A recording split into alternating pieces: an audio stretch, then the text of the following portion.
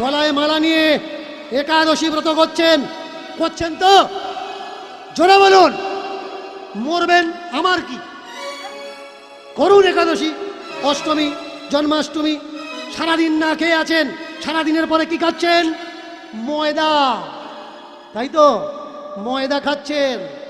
কোনো পেটের ডাক্তারকে জিজ্ঞেস করবেন সারাদিন না খেয়ে থেকে তারপরে ময়দা খেলে কি হয়। এমনিতে খাদ্য বিভাগের চর্চা করে দেখা গেছে ময়দা কোনো সুস্থ মানুষের খাওয়া উচিত না। কারণ রক্তের ভিতরে দুটো কোলেস্ট্রল থাকে, একটা ব্যাড কোলেস্ট্রল, একটা গুড কোলেস্ট্রল।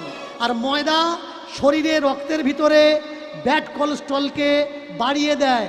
তার জন্যে হার্টের ভিতরে যে 6টা পাইপ নল ব্লকেজ আছে, এর মুখ জাম হয়ে যায়, গিয়ে মানুষের হার্ট অ্যাটাক হয়।